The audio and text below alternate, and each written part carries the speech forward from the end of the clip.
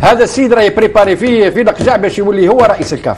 انا اللي قلت لك لا سورس تاعي. إيه؟ انا قلت لك انت ما عندك حتى سورس شيخ. انا عندي، انت راك تتخيل يا شيخ يا شيخ يا شيخ رجاء يا شيخ رجاء انت شوف انت تتكلم شوف شيخ تتكلم يا شيخ رجاء انت تتكلم بخلفيه وعلى بالي الخلفيه تاعك وشاك فاك تعطيني راي ما عنده حتى علاقه. انا نقول لك وكانكم مراكا راكم ضد لا فيدراسيون جو سي با بوركوا لي ماروكا شيخ لي ماروكا ماشي ديك ما دير انت. خلينا نتكلم باسكو انت تهضر نحترمك شيخ بصح كي نقول لك غلط تزعف زعما ما زعفتش انا نهضر بالحجه. انا نفهمك حاجه لانه القمصان تاع نهضه بركان كيما كل الانديه المشاركه في كاس الكاف تم اعتمادها حسب الكاف من طرف لجنه المسابقات بصفه رسميه. السلام عليكم ورحمه الله تعالى وبركاته. اخواني اخواتي، اليوم قناه اخبار العالم او موند نيوز كتجيكم بواحد الخبر حصري، خبر جد فعال كيستحق المشاهده، لان هذا الخبر هذا غتشاهدوا معنا الفيديو ان شاء الله غتشوفوا فيه قربله كبيره بين المحللين والمسؤولين ديال الرياضه الجزائريه. نظن واحد القربله كبيره بشان الفوز ديال الزمالك على النهضه البركانيه واقصاء اتحاد العاصمه الجزائري. غتشوفوا هذه القربله لان كيعايروا بعضياتهم بواحد الطريقه كيتأثر فيها القلب. نتوما تبعوا معنا هذا الفيديو وما تنسوناش دائما باللايك وما تنسوناش بالاشتراك وما تنسوناش بارطاج الفيديو، لان هذا الشيء اللي وقع كامل بسبب الخريطه ديال المغرب اللي فتوني هي اللي جعلت اتحاد العاصمه كيتقصى بانهم داروا راسهم فازوا بهذا الكاس ديال هذا الاتحاد الافريقي، ولكن هو الفائز الان هو اتحاد نهضه بركان بهذه السمعه ديالو اللي خدا وبالحسن السيره وحسن السلوك ديال يوسف البحيري بديك السلوك القوي اللي دار باش نقد اللاعب اللي كان غيطيح على راسو. وتبعوا معنا الفيديو ان شاء الله وشوفوا معنا وما تنسوناش دائما كما قلنا لكم تبارطاجيو هذا الفيديو باش يستافد منه كل المغاربه، لان المغاربه ما كيردوش على الجزائريين وكيخليهم كيتنفخوا عب وحدهم. وشوفوا هذه القربالين اللي نوضوا مع بيناتهم. شاهدوا معنا الفيديو من الاول حتى الاخر وردوا علينا التعاليق ديالكم وردونا بالبارطاج ديالكم وشوفوا الفيديو حتى الاخير وما تنسوناش دائما. والسلام عليكم. الزمالك بلقب كأس الكاف على حساب نهضة بركان. أمير، تتويج الزمالك على حساب نهضة بركان في النهاية الفريق المصري هو الذي توج عن جدارة واستحقاق ثبات المباراة. ما هو انطباعك على تتويج الزمالك؟ اولا ما نقولوش العداله الالهيه اليوم في كره القدم، لكن شفناهم بعد المباريات لاعبي رئيس فريق نهضة بركان يطالب بفساد الاتحاد الافريقي وفساد التحكيم في تلك المباراه. اليوم انقلب السحر على الساحر. اليوم شفنا ايضا اعلاميين تكلموا كثير من المغرب يتكلموا على تلك المباراه وعلى التحكيم انه كان مع الزمالك. شفنا انا قلت لك في الحصه السابقه انه 90% الزمالك راح يفوز لانه 1-0 راح يتوج كما كان حال 1-0 توج بكاس الكونفدراليه الافريقيه. لكن اليوم سؤال اللي يعطيك انطباع انه الاتحاد ضيع فرصه. الاتحاد لو لعب رياضيا كان قادر يفوز على الزمالك. لو لعبت مباراه نهضه بركان امام اتحاد العاصمه في ملعب 5 جويلية بسبب الخريطه المزيفه انذاك، انا نقول لك انه الاتحاد كان راح يفوز بنتيجه ثقيله لو لعب نهضه بركان تلك المباراه. اتحاد العاصمه لو راح للنهائيه مباراه صعبه مع الزمالك، الذهاب يكون هنا والاياب يكون في مصر. شفنا في المباراه الاخيره في النهائي حوالي 70,000 مشجع من الزمالك موجود، ضغط رهيب صراحه عاشوا فريق نهضه بركان. لكن اليوم تشوف رئيس النادي يتكلم على التحكيم. شوف اليوم وين وصل الاتحاد الافريقي، اليوم وين طالبوا بركله الجزاء. انا ما نشوفهاش ركله الجزاء صراحه، لكن اتحاد العاصمه ضيع على حسب لسان قول اللاعبين ايضا ضيع كاس كانت في المتناول مقارنه بالموسم الماضي اين فاز في الادوار الاقصائيه على كل الابطال الجيش الملكي. او لكن نبيل اليوم تحدثت الرفيق اللي سالته الرفيق السؤال على قضيه الطاس، قلت له رفيق لو يتوج الزمالك بالبطوله الطاس ماذا سيكون الرد؟ لانه سيدخل طرف ثالث، واليوم دخل طرف ثالث في القضيه. انا نظن انه اتحاد العاصمه مستحيل. خلينا نسمع قبل ما نسمع الاجابات على رفيق، نسمع الشيخ جمال مسعودان. هل اجادت الشيخ الفاف التحكم في الآلية القانونية وفي ميكانيزمات تسيير هكذا ملف في مؤسسة وفي هيئة هي العليا في كرة القدم، محكمة التحكيم الرياضية، بعد أن اتضح أن النهائي لعب والزمالك فاز باللقب؟ هل أنت راضي عن مستوى الاتحادية في التحكم؟ هو نطرح السؤال ونقول هل كان بإمكان الاتحاد الجزائري الذهاب إلى النهائي؟ هل كان بإمكانه الذهاب إلى النهائي وربما بالتتويج؟ وأنا أقول جوابي، أنا أقول نعم. أنا بالنسبة لنا أسأنا التصرف مع القضية. احنا نقول باللي كان بإمكاننا الفيدرالية، كانت القوانين واضحة. ما نتكلمش على القوانين اللي سمحت باعتماد القميص. احنا كلنا نعرف أنه تم الاعتماد بالدوس على القوانين المعمول بها على مستوى الكاف والفيفا وحتى الكوميتي الاولمبيك. ولكن انا نقول كي نخرجوا من عقليه كجزائريين، نخرج من عقليه النيف والخساره وندخلوا في عقليه ايجابيه ونقولوا النيف والربحه. والقانون تاع الماده 7 هنا يطبق، ما يطبقش قبل، لانني لا استطيع الحديث عن الماده 7 الا بعد ما نروح للطاس، وما نقدرش نتحدث عليها وعلى تطبيقها وانا في نزاع.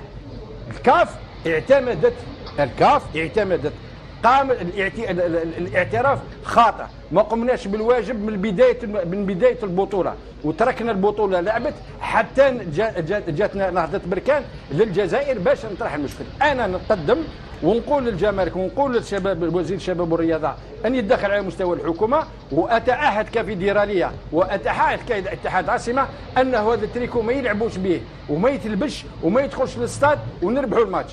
لا، لانه الارتيكل 7 ها واش يقول باللي الفريق هذا لازم يجيب دو توني، وانا من حقي كدوله وكفيدراليه انني احترز على الخريطه، واقول انها مش نقول لها ابعاد سياسيه انا ارفضها. والماده 7 واش تقول باللي لازم تجيب تريكو سون بيبليسيتي.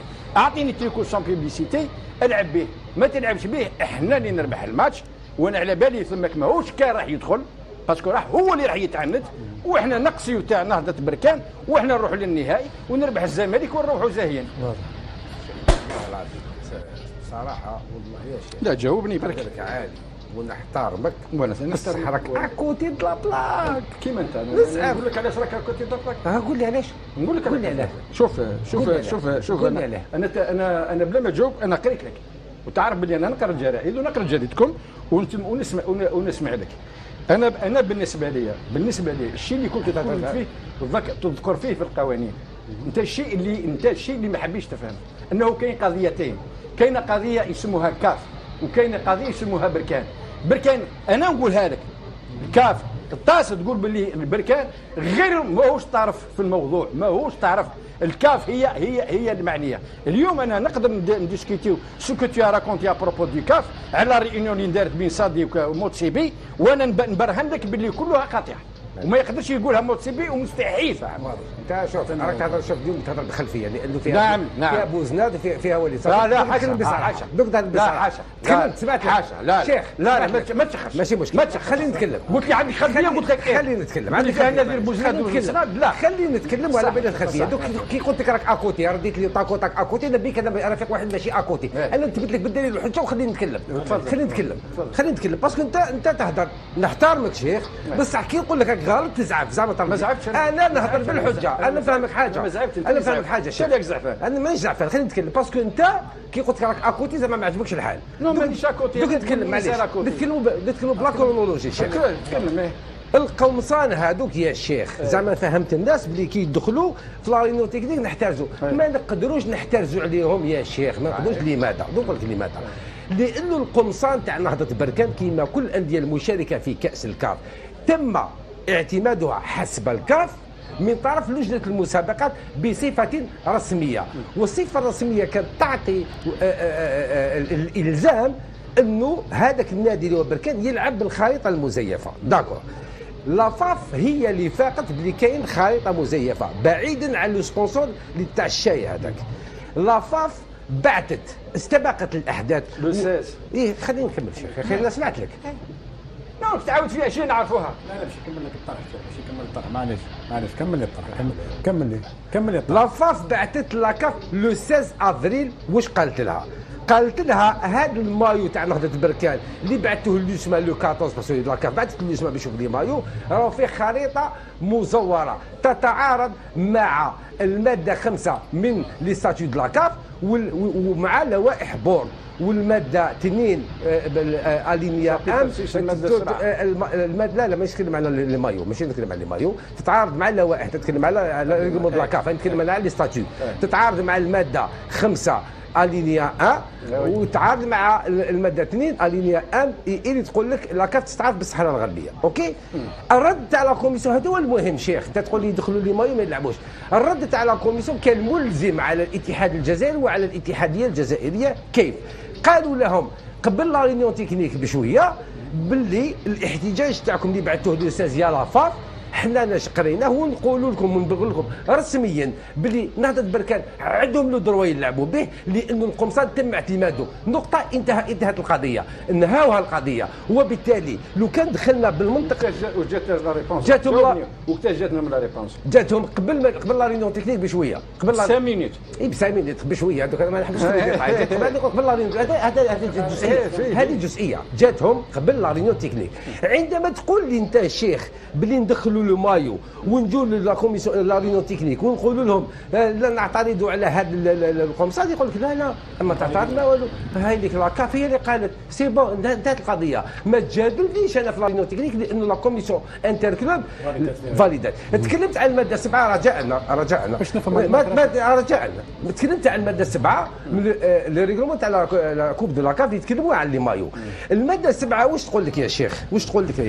قلت انت واش صرا مع موتسيبي نقول لك صحيح واش صرا مع موتسيبي. الماده 7 واش تقول لك تجيب 2 مايو داكور، وتقول لك تجيب ان تروازيام حنا نقولوا عليه نوتر خالي من لا بيبليسيتي. خالي هما نحاول تروازيام مايو افيكتيفمون خالي من لا بيبليسيتي اللي احتجزته الجمارك، ولكن فيه الخريطه. لعبوا على واحد لا نيونس هما، قال لك لا هذيك ماشي بيبليسيتي، هذيك خريطه لا بيبليسيتي تاع الشيء نحيدها. لعبوا على هذه. كي تلاقى مع موتسيبي تقول لي ما صرات، انا نقول لك صرات، انا ما كنتش موت باك الشمع، بصح انا نقول لك صرات لانه تعرف بلي نادر بوزناد خويا وما يكذبش عليه وعلى بالي واش صرا. فيرون واش قال؟ حرجوا تما صادي تكلموا اونطرو على لو مايو، يقول لك تكلموا اونطرو على لو مايو. قالوا كيفاش نتوما باسكو صافي بوم تما صحاب لاكاف جاو قال عندكم الحق الخدامين تما صافي بوم كبير تما بلي لاكاف داس القوانين. فيرون واش قال؟ نذير. نعم سولون نذير. اي سيرون نادير مالا اي باش نعرفوا موسيقي. اي بيان سور باش نعرفوا. انا ما كانش عندي هذا الاحساس. اي سيرون نادير. اي سيرون نادير. قال له هضروا معاه قالوا له كيفاش قضيه اتحاد الجزائر اليوم اللي فاليديتو مايو ضد قوانين تاع لاكاف، وكل القوانين لو ريغلمون تاع ليكيبمون تاع لا فيفا ترفض، لارتيكل 50 لا شارت اولمبيك ترفض، قانون بورد لارتيكل 4.5 يرفض، القانون تاع ليكيبمون تاع لا كاف ارتيكل 59 يرفض. كيفاش فاليديتوه؟ فيرون دار ليه موتسيبي قال له دير لي بوان دو سيتياسيون بيان كان على بالو. فيرون كيسكي دي لا فراس هذيك اللي مهمه جدا. قال لهم نو حنا كي هضرنا لهم فيربالمون من بعد كي انتم احتجيتوا قالوا لنا ما انتبهناش الخريطه، حنا درنا له مايونات ما كاش الشاي هذاك تاع لابيب تاع البلاتي بصح ما انتبهوش. فيربالمون قال لهم اوكي، فيربالمون قال لهم قالوا له بس علاش كملتوا؟ ما صابوش اون ريبونس، علاش كملتوا في يعني تقنعني باللي موتسيبي نيتي با او كورون دوبي لو 16 دوبي لا بريمير. اسمعني برك خليني يا اخي كمل. دوبي لو 16 à la date de la réunion de Bangkok entre صادي نادر بوزناد فيرون وموتسيبي نيتي با او كورون. خليني نجاوب في هذا الجزئيه تاع اللي راك روحت لها، لان انا قلت لك قريت الارتيكل علاش نقول لك انا il ne peut pas موتسيبي ne peut pas dire des choses pareilles, il ne peut pas se désavouer, il ne peut pas il se désavoue. انا جي لي في، انا عندي لي في عاقبني ونحالي ودار لي وعملي ومن بعد جا تقول لي اشاك فوا راك تهضر تهضر لابسو. انا ما قلت ما كنتش تما، انت حبيت تعدل انت ما كنتش ولا ما كنتش. انا اللي قلت لك لا سورس تاعي، انا قلت انت ما عندك حتى سورس شيخ. انت راك تتخيل يا شيخ يا شيخ رجاء يا شيخ رجاء انت شوف تتكلم شوف شيخ تتكلم يا شيخ رجاء انت تتكلم بخلفيه وعلى بالي الخلفيه تاعك وشاك فاك تعطيني راي ما عنده حتى علاقه. انا نقول لك وكانكم مراركه راكم ضد لا فيدراسيون. جو سي با بوكوا ما عندي اوكان اسمح لي شيخ ما عندي اوكان شيخ ما عندي اوكان انتيري. انت اليوم باش نافونسي في الحكايه انت تحبس لا ما كاش تسمى يكذب ابي يكذبوا لي ساجيري اللي كانوا تما. شنو يكذبوا؟ اسكو نادير ولا يكذبوا يقولوا يكتبوها لنا في السيت يكذب يكتبوها لنا في السيت انفورمال يقولوها لك انت برك يقولها غير سي انفورمال يقولها لك سي انفورمال سي انفورمال انت اوجوردي في بابلي تقول راه النادي اللي قالها سي با بوسيبل شيخ سي با بوسيبل. انت عندك مشكل نقول لك حاجه المشكل تاع لي زالجيريا كامل عندكم مشكل مع نجاح بوزناد ونجاح صادي. حكموا لها طلعوا لو نيفو او عندكم خلفيه راك تكذب في حاجه عندك خلفيه يا شيخ خلي باش نافونسي باش بور افونسي تنفينا في العباد. انت اشاك فوا زعما عندك راي مخالف. انت عندك راي مخالف ما تشكش بموتيف. انا ما قلتش ما نشكش بموتيف. خلينا من الهضره هذه شيخ. انا نقول لك ما كنتوش تشكوا كي كان جمال بالماضي يشكي قلت يبرر في فشله كنت يبرر في جمال بالماضي شيخ نعمات يا خلينا شيخ لا طومبي لا عبك اشاك فوا شوف انت شيخ تسعى الله عليك يا شيخ تسعى الله عليك انت ماشي لوجيك يا شيخ ماشي لوجيك. انت عندك خلفيه انت اللي ما محيرني شيخ مش محير عندي خلفيه جو قاعدين انتم انا نعطي لك ا بلس بي وزاره لا فيدراسيون ا بلس بي ملي سلكوا انا جيري ناسين بها تقول هذه ولا من يا شيخ ما تهضرليش انت رئيس على البرج سلك البرج شيخ برك في كاترين ديفيزيون تاع اكسيون سلك البرج بعد بيان سور سي فاسيل دو بارلي سي فاسيل دو كريتيكي لي ماروكا شيخ لي ماروكا ماشي ديروا كما دير انت لي ماروكا ما داروش درت انت سي با بوسيبل سي با بوسيبل فاصل باش نهدأ شويه المصري في على عجاله نعطيك الحاجه بالاثبات يعني الاثباتات كاينين ودوز ما داو الدوسي تاعهم لوطاس بناء على لا كوريسبوندونس اللي بعثها الامين العام بوزداد لعماد شنوده على جال لي مايو وقال له في لا رينيون تكنيك باغي رفضت لا كوميسيون تاع الكلوب قبل لي مايو هو وداروا الكوريسبوندونس اوفيسيال قالوا بناء على لا رينيون تكنيك اللي قبلت لي مايو اللي جابوهم ليسما بيان سور باسكو لو تروازيام مايو ما جابوش ناتر هما في الخارطه هاهم ليك واش نديروا بلي مايو قال لهم افيك يعني اون كوريسبوندونس باينه في الميل وموجوده وليسما داوها للطاس هي عند صحاب ليسما قال بعثوا الكورديناتور جينيرال ماضي ديالو هذه كلش الاشياء هذه موثقه هذه كاينه موثقه صافي دير حرجوا به عماد شنوده اللي بدل رايو 24 اور من بعد جوستومون سي بور سيت ريزون اليوم ليسما كي دخلوا للتيران ما كانش عندهم في لانهم عندهم الاثبات اليوم باللي عماد شنوده قبلوا بصح عماد شنوده من بعد كي صار له ضغوطات من بعد قال لهم لا لازم تلعبوا لازم يلعبوا بالمايو تاع باسكو لا بريمير كوريسبوندونس il a été validé par la commission secondo باسكو جاه ميل انه لازم يلعبوا به. من بعد راحوا بالوثيقه هذيك من بعد الخبر اللي درناه من قبل وكونفيرماه موتسيبي اللي كانت من الوالد ونادر بوزناد الوالد صادي نادر بوزناد انه لا فيفا كما قالنا رجراج هنايا لا فوكات عندها رجراج لا فيفا طلبت من لاكاف تسقم لو ريغليمون تاع ليكيبمون تاعها وترجع ويتوافق مع الريغليمون ديكيبمون تاع لا فيفا الماده 10 البند 3 الفقره 6 اللي واضح وضوح الشمس يقول لك ليليمون ديكوراتيف ne peut pas représenter une image ou l'identité d'une personne la forme d'un pays ou d'un territoire ou donner l'impression سما واضح القانون تاع الفيفا. كل هذه الاشياء صارت واش نقول انا اليوم راح تكتشفوه من بعد بلي لو ريغليمون يفا يعني موديفي والاشياء هذه نقدر يعني كاين اللي اكدوها كاين كثير اللي اكدوها اللي كانوا حاضرين في لاكاف كانوا شحال 211 بي كانت مام معمر ابراهيميه راح مع لا بالستين. الاشياء هذيك ممكن نتاكدوا منها مام الناس اللي كانوا في لاكاف هضروا عليها او نيفو دو طاس كي نروحوا للطاس رحنا للطاس اون فا فوار لو ريزولتا تاع دراسه تاع لو طاس شكون يربح لا فيدراسيون دو فوتبول ولا الطرف المغربي. في كل الحالات اون طوندونس اليوم نتيريو على الناس اللي ناجحين او على الاقل عندهم النيه انهم ينجحوا ورايحين بعيد بارابور واش كان صاري على الاقل في السبع سنوات الاخيره. عندنا حنا لي جازيا هذا الرغبه، ما نشوفوش لا موتي بلان دو فير، نروحوا لا موتي فيد ونبداو نتيريو على الناس. هذه الحقيقه تاعنا. انا نقدر نجادلك في معلومه، ما نجادلكش مثلا في راي، ولكن المعلومه لو انت تكون متاكد منها وانا ما عندي حتى يعني كونيكسيون ونسي نسقط واش هو يسي، على الاقل نسكت. انا ما عنديش المعلومه والله العظيم نسكت وما نتكلمش. صافي كاين خلفيه، اي سي بور سيت ريزون لي زالجيريا عمرهم ما ينجحوا، لانه كاين الخلفيه انك انت تنتقم من واحد لانه ناجح. خلينا نكمل بقيه الموضوع، بقات 5 دقائق فقط على نهايه عمري هذا البرنامج. امين نسمعوا لك، بما انه الحديث كان شويه ساخن بين مسعودان ورفيق، منسق عام او منسق للجنه الفنيه جمال بن سعودان، او عفوا جمال بن سعودان ربح سعدان يشبه. كيف ترى تعيين ربح سعدان كمنسق عام للجنه انا اطرح سؤال اليوم على بالي، سؤال تفضل. لماذا هذا التعيين؟ وماذا سيعود بالنفع؟ عند تعيين المدير السي عامر منصور، ماذا تغير في الاتحاديه الجزائريه وفي الشبان، وماذا اضاف؟ اكيد ماذا اضاف هذا الشخص في المديريه التقنيه واليوم تعيين ربح سعدان. لماذا تعيين ربح سعدان بالضبط؟ ربح سعدان لماذا؟ ربما الاستفاده من خبراته. لماذا حتى لماذا اليوم عندي اسئله انا نبي نسالهم لك. لماذا حتى هذا الوقت؟ لماذا الصحفيين ما يكونش عنده ندوه صحفيه يتكلم فيها على البرنامج؟ ما هو برنامجه اليوم كمدير فني على مستوى الاتحاديه الجزائريه كره القدم؟ ما هو برنامجه؟ احنا كصحفيين نعرفوا البرنامج اللي جاب به هذا الشخص الاتحاديه الجزائريه كره القدم. ماذا تغير اليوم وماذا اضاف اليوم الاتحاديه الجزائريه لكره القدم؟ وما هي، لا ما نقولوش ما هي ايجابيات. الايجابيات ما هي ايجابيات نبيل؟ انت رد لي اليوم على السؤال ما هي الايجابيات؟ راح تكون هذا حديث الساعه، راح يكون حديث الساعه في التقرير المقبل.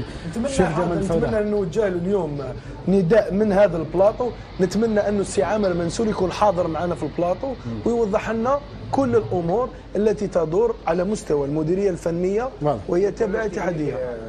خلينا نسمع كل تكنيك n'a pas été installé في هذا الشيء حتى في لي طومور تاع الهدى. هذه لا يستطيع باللي طروما مثل ما نص عليه الماده 35 من المصروف التنفيذي 1430 اللي ولا 22 اجتماع شاك 6 موا يقول القانون على الاقل شاك 6 موا راهم يجتمعوا هما دوك لا دوزيام سيسيون في ميم با 6 موا. لو دي تي ان بريزيدا هو، ولكن سي فري ما خلاش لومبرا تاع لو دي تي ان تم الاستعانه حسب لو دوكري يعطيك الحق تستعين بخبرات كبيره. سعدان قيمه ثابته ما نقولش نختلفوا عليه، ولكن راني معاك. ماذا قدم عامر منصور لحد اليوم لاصحاب اليوم؟ خلينا هذا الموضوع جبنا سعدان باش نكون لو فيد هذا. خلينا هذا الموضوع العدد المقبل. الشيخ جمال بن سعودان كلمه اخيره ومشكور جدا على تلبيه النداء. والله بغيت ملاحظه برك، يعني شوف الزمالك ونهضه بركان النهائي. نهضه بركان خسرت 1-0. جماعه نهضه بركان اعتدوا على الحاكم اعتداءات جسديه، والكاف تهدد الزمالك شعبا جمهورا ومسؤولين ولاعبين واداره بالمعاقبه. هذا يعطينا واحد النظره على اختطاف الكاف اللي عندنا سنين وحنا نتكلموا عليه. السيد اللي راه نافذ شروط النفوذ من قبل ما زالها فاعله. وانا نزيدك ابعد من كذا باسكو حنا نتكلموا على الجزائر ونتكلموا هذا السيد راه يبريباري في لقجع باش يولي هو رئيس الكاف. اخواني اخواتي، وصلنا الى نهايه الفيديو. شو الفيديو، شو الطريقه ديال الاداء ديالهم، القرباله اللي ناوضوا كيدابزوا كيقول له بانك تدافعوا على المروكان كانه هو مروكي، ولكن هو كيدافع على الحق. فانتم شو الفيديو، انتم حكموا براسكم وردوا علينا في التعاليق ديالكم، وما تنساوناش باللايك وما تنساوناش بالاشتراك وما تنساوناش ببارطاج الفيديو. والف الف شكر، والسلام عليكم ورحمه الله تعالى وبركاته.